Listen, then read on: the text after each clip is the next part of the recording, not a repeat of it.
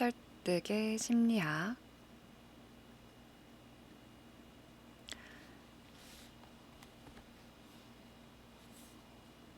지난번 내용에 이어서 한 30분가량 더 낭독 해나가 보겠습니다. 1시간 정도 할 수도 있겠지만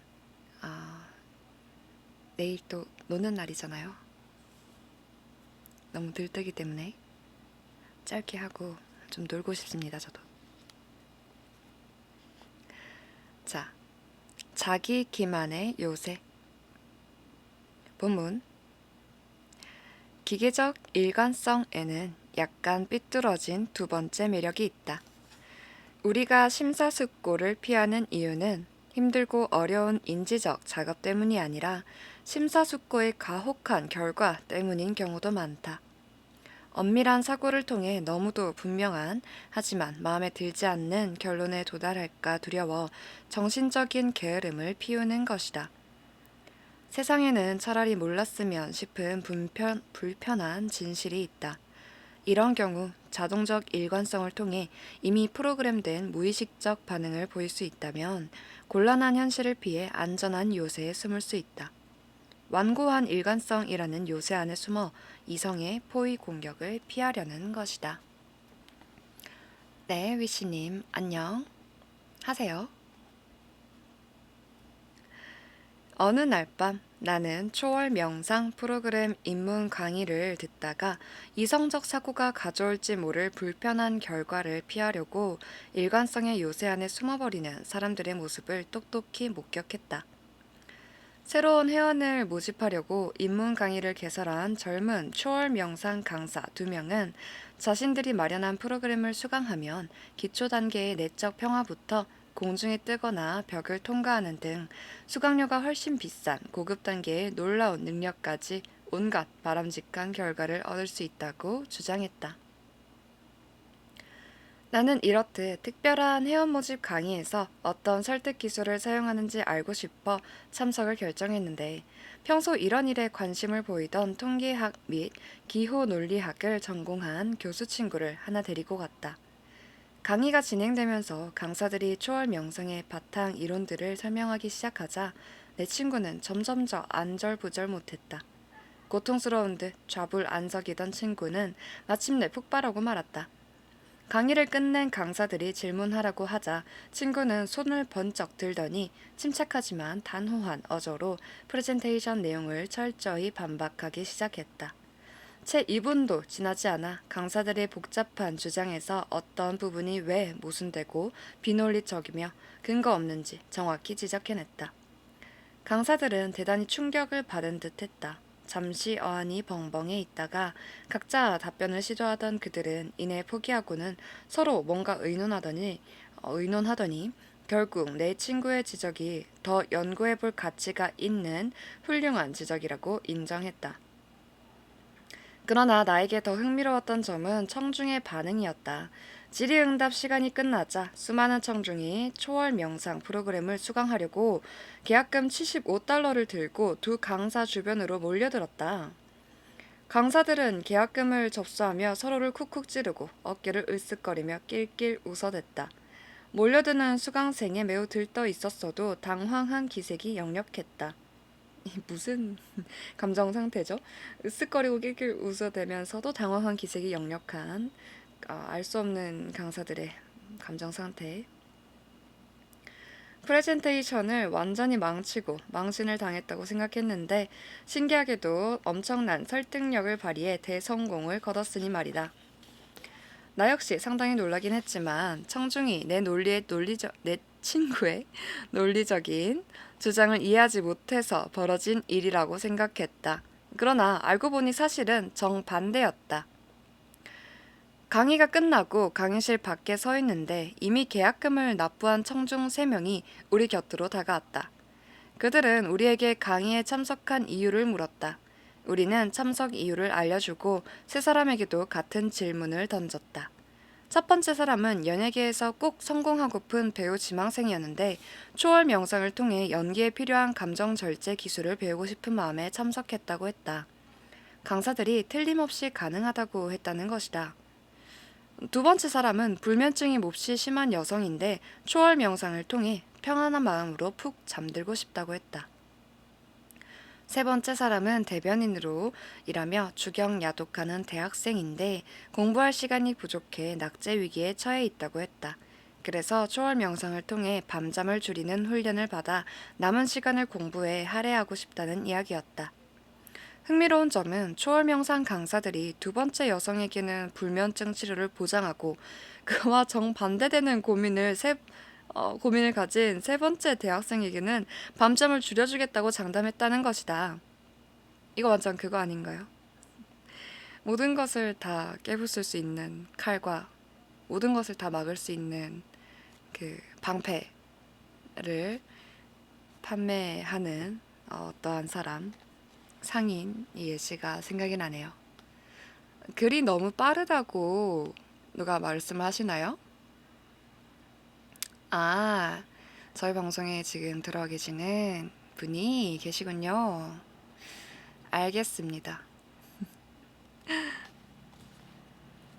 저는 글을 이렇게 눈으로 먼저 읽으니까 빨리빨리 뇌에 들어와 버려서 듣는 분들의 입장을 생각하지 못했네요. 자, 천천히 다시 읽어보자면 나는 세 사람이 초월 명상 프로그램에 등록한 것은 틀림없이 논리학자인 내 친구의 반박을 제대로 이해하지 못한 것이라 생각하고 내 친구의 발언 내용에 대해 질문을 던져봤다. 놀랍게도 그들은 내 친구의 주장을 꽤 정확하게 이해했다. 아니, 사실 매우 잘 이해하고 있었다. 내 친구의 주장이 매우 타당하고 설득력 있어 오히려 그들은 현장에서 즉시 등록을 했던 것이다. 세 번째 대변인 남자의 말을 듣고 그 사실을 확인했다. 사실 저는 지금 빈털털이나 마찬가지라 오늘 밤 당장 등록할 생각은 없었습니다. 내일 아침까지 기다릴 생각이었죠. 그런데 여기 당신 친구분이 반론을 제기하자 당장 돈을 내고 등록해야겠다는 생각이 들었습니다. 그러지 않으면 오늘 집에 들어가서 고민할 테고 그랬다가는 절대 등록하지 못할 테니까요. 그제야 상황이 이해됐다. 라고 하는데 저는 전혀 이해가 안 되고 있고요. 이들은 정말 심각한 문제를 끌어안고 살고 있는 탓에 해결 방법을 애타게 찾고 있었다. 따라서 강사들을 믿을 수만 있다면 초월 명상에서 문제 해결의 가능성을 찾을 수 있으리라 생각했다. 문제를 해결하고 싶은 욕구가 몹시 강렬하다 보니 초월 명상이 그 해결책이라고 믿고픈 마음이 몹시 간절했던 것이다. 그런데 내 친구의 모습으로 이성의 목소리가 갑자기 끼어들더니 겨우 발견한 해결책의 근거가 허술하기 짝이 없다고 반박하기 시작했다. 패닉이다. 논리의 희생자가 돼 다시 희망 없는 삶을 살기 전에 즉시 조치를 취해야 한다. 빨리빨리 이성을 방어할 요새를 세워야 한다. 어리석고 자기 기만적인 요새라 해도 상관없다. 빨리 생각을 피해 숨자. 여기 빨리 내 돈을 받아주시오. 휴, 아슬아슬하게 살았네. 이제 이 문제는 더 이상 생각할 필요가 없겠군. 일단 결정을 내리면 필요할 때마다 일관성의 기록 장치가 작동을 시작한다. 초월 명상? 물론 나한테 도움이 될 거야. 수업도 계속 들을 거고 초월 명상의 효과도 믿어. 벌써 돈을 냈는데 당연한 것 아니야? 이렇게 생각한다고요? 마음이 급박해져서 이미 이성적이고 타당한 근거를 들었음에도 불구하고 못 들은 척하고 못 들은 척한 것도 아니죠. 이미 다 이해를 했고 친구의 주장을 꽤 정확하게 이해를 하고 있었는데 또 이해한 자기 자신을 모른 척한다. 라니. 저도 이러한 상황이라면 그렇게 될까요? 한번 생각하게 되네요. 그런 때가 오면은 생각을 하도록 하겠습니다. 생각 없이 일관성을 유지한다는 것은 얼마나 마음 편한 일인가. 여기서 잠깐만 쉬어가자. 안달복달하면서 발바닥에 땀나도록 찾아 헤매는 것보다는 훨씬 나으니까. 라고 하네요.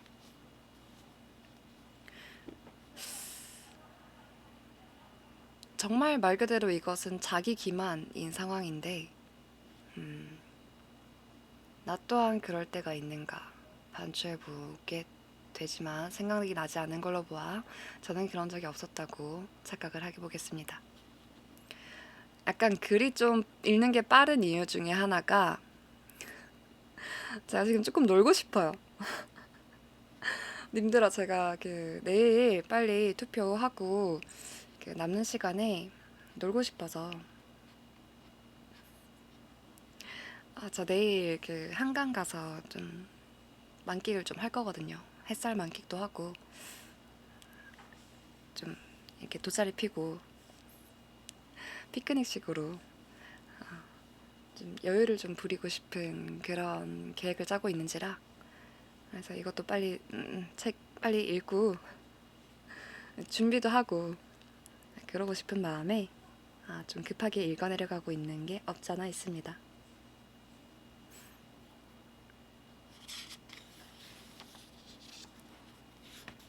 하지만 우리 청중들과의 약속이 있기 때문에 또 읽어야 하잖아요, 제가. 그래서 30분 동안은 열심히 낭독을 하고 자려고요. 다음 내용, 소제목, 애타는 숨바꼭질. 부문. 만약 자동적인 일관성이 귀찮은 사고 과정을 막는 방패 역할을 한다면 우리의 맹목적인 승낙을 바라는 사람들이 얼마든지 그 일관성을 사용할 수 있을 것이다. 경솔하고 기계적인 상대의 반응으로 이익을 보려는 사람들에게는 이런 자동적 일관성의 성향은 금광이나 다름없다. 그런 사람들이 필요할 때마다 우리의 일관성 기록 장치를 얼마나 능숙하게 작동시키는지 우리는 걸려들었다는 사실조차 깨닫지 못하는 경우가 많다. 그들은 마치 주짓수 고수처럼 교묘한 상호작용을 통해 우리의 일관성 추구 성향을 자신들의 이익으로 바로 연결시켜버린다. 일부 대형 완구 회사에서도 바로 이런 방법을 사용해 계절에 따른 소비자의 구매 패턴 변화를 해결한다. 당연히 완구 회사의 매출은 크리스마스 직전과 크리스마스 시즌 중에 절정에 이른다. 문제는 그 이후 몇 달 동안 완구 매출이 급감한다는 데 있다. 부모들은 이미 완구 관련 예산을 모두 지출한 후라 자녀들이 아무리 쫄라대도 더 이상 장난감을 사주지 않는다. 완구 회사들은 딜레마에 빠졌다. 절정기의 매출은 그대로 유지하면서도 바로 이어지는 매출 급감기에도 적정 수요를 유지할 수 있는 방법은 없을까? 아이들이 크리스마스 이후에도 계속 장난감을 더 원하도록 하는 것은 어려운 일이 아니었다. 문제는 연휴 동안 돈을 다 써버린 부모들이 이미 장난감을 잔뜩 받은 아이들에게 또 다른 장난감을 사주도록 하는 일이었다. 도무지 불가능해 보이는 이 행동을 촉발하려면 어떻게 해결해야 할까? 연휴 직후 광고를 더 많이 쏟아부은 회사도 있었고 할인 판매에 들어간 회사도 있었지만 그런 식의 평범한 영업 전략은 성공을 거두지 못했다. 비용이 많이 들기도 했고 원하는 수준까지 효과적으로 매출을 끌어올리지도 못했다. 아무리 광고를 쏟아붓고 가격을 낮춘들 장난감을 구매하지 않겠다는 부모들의 굳은 결심을 흔들기엔 역부족이었던 것이다. 그런데 일부 대형 완구 회사에서 해결책을 찾아낸 듯하다. 통상적인 광고 비용과 더불어 일관성을 유지하고 싶어하는 인간의 강력한 성향을 결합한 독창적인 해결책이었다. 나는 한번 걸려들고 정말 어수룩하게도 또 한번 걸려들고 나서야 완구 회사들의 효과적인 전략을 눈치챌 수 있었다. 때는 1월, 나는 동네에서 제일 큰 완구 매장에 들러섰다. 한 달 전 바로 그 매장에서 아들을 위해 어마어마한 양의 선물을 구입한 후로 앞으로 오랫동안 그 상점이나 비슷한 상점에는 얼씬도 않겠다고 결심한 터였다.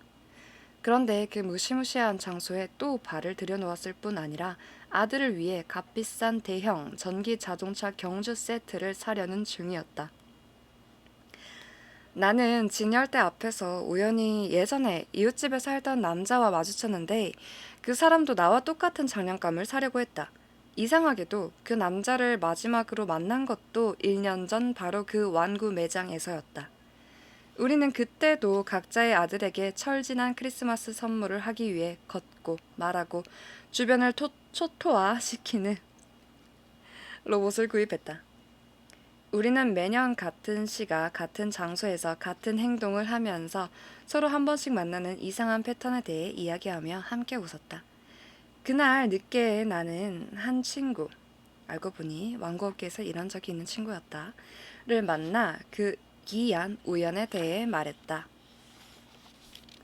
전혀 우연이 아닌 것 같은데요.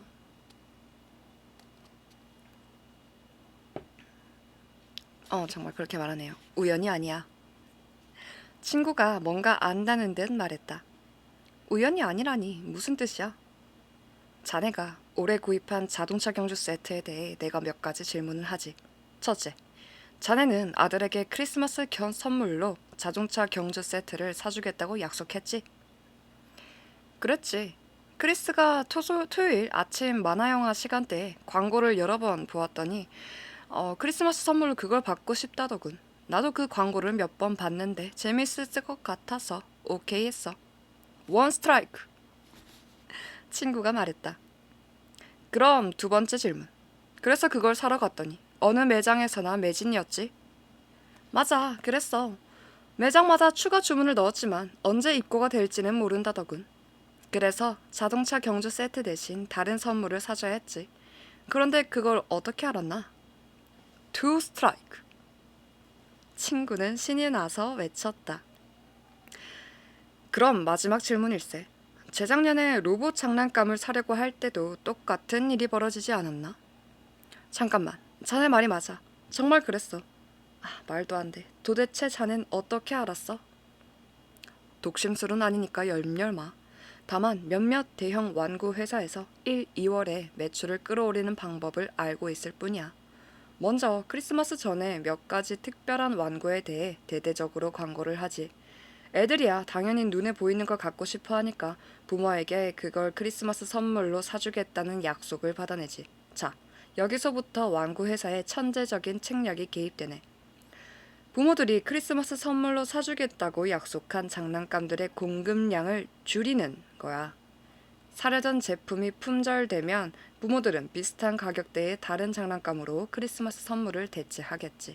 물론 이런 대체품들은 완구회사에서 반드시 충분한 양을 공급해주거든. 그러다 크리스마스가 지나고 나면 완구회사들은 일부러 품절시켰던 그 특별한 장난감을 또 광고하기 시작하지. 그러면 아이들은 장난감을 전보다 더 갖고 싶어 하지. 부모한테 달려가 찡찡 짜면서 사준다고 약속했잖아 라고 졸라대는 거야. 그러면 부모들은 자기가 한 약속을 지키겠다고 터덜터덜 완구 매장으로 갈 수밖에 없지. 그리고 바로 거기에서 1년 만에 똑같은 실수에 넘어간 다른 부모들을 만나게 된다는 거지. 나는 말을 하면서 슬슬 열받기 시작했다. 맞아. 그런데 자넨 지금 어디 가나? 자동차 경주 세트를 당장 환불하려고. 나는 너무 화가 나서 거의 고함을 쳤다.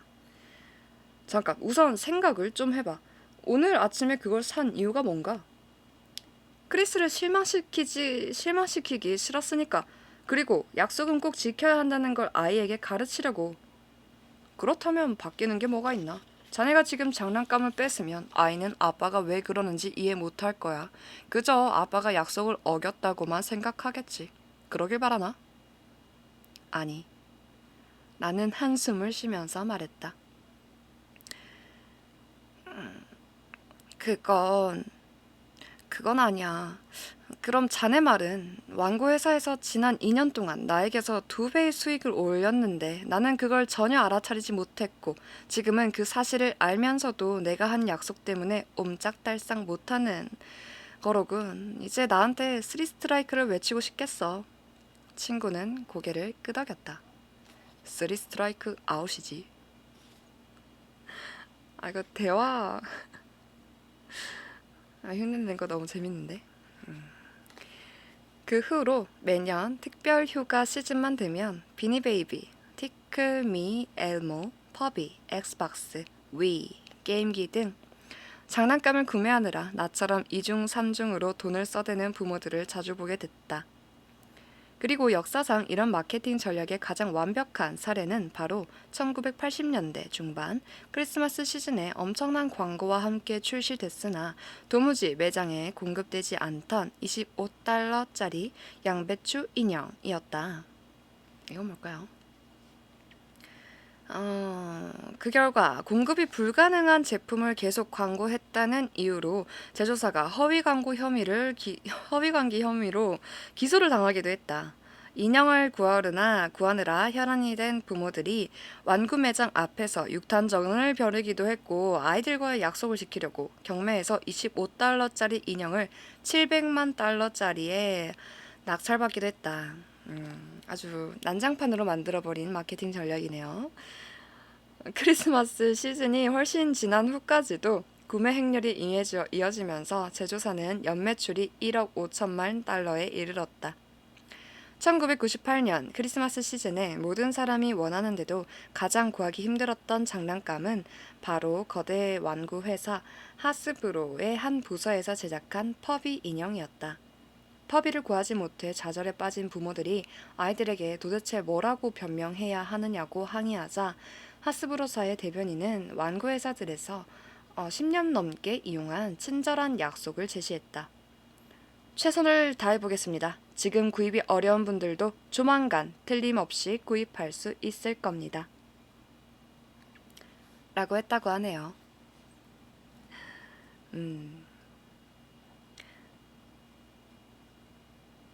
친절한 약속 이면서 조금만 기다려달라. 곧 나온다. 라고 말하는 사이에 아이는 계속 찡찡대고 있을 것이고 아이에게 달래기 위해서 일단은 다른 완구를 또 하나 사주게 되는 반복이 일어나지 않을까 또 추측하게 됩니다. 이 사실을 알고 나니까요.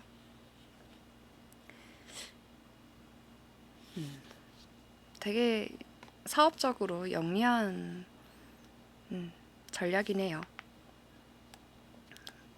그 구매자에 대한 파악도 제대로 잘 했고 구매자와 구매를 원하는 사람과의 관계도 잘 파악했고